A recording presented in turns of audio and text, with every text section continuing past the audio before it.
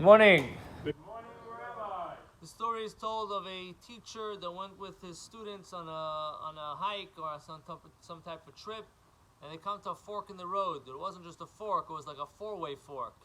So you had the right, the left, and the front, and then you had where you came from, and they didn't know if they're supposed to go to the right, to the left, or continue going. So they saw that there's a sign on the floor. They picked up the sign, and it says, to the right is this way, to the middle you're going that way, and to the left you're going to the other way, and back you're going the fourth way. But you don't know which way you're holding the sign, which way to hold the sign to know which way it is. So the teacher tells the students, we know where we came from. So if we direct the sign with that direction to where we came from, then we know what's going to be the right, then we know what's going to be left, and we know what's going to be center. This is something that we learned from this week's parsha also. This week's parsha tells us all the 42 stops. The Jewish people left Egypt, they stopped here. Then they went to the next stop, and they stopped over there. Then they continued going. Why do we know all the stops? Because every stop is an experience. And every experience is important for you to have it. Not only that you went through it and now you're over it, but to be able to use the experience and to use the life lessons of that experience to be able to continue in your journey.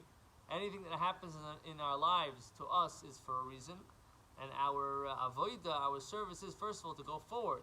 But in addition to that, to take all that experience that we have gathered throughout our life and to apply it to where we are now.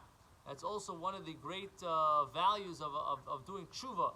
When a person is a Baal tshuva, so there may be things that they have done in the past that may not be so perfect, but if they're able to take those experiences and to utilize it for the future, so then that's a tremendous thing. They're elevating, and not only they change their path, but they're elevating their experiences, their past experiences for the future.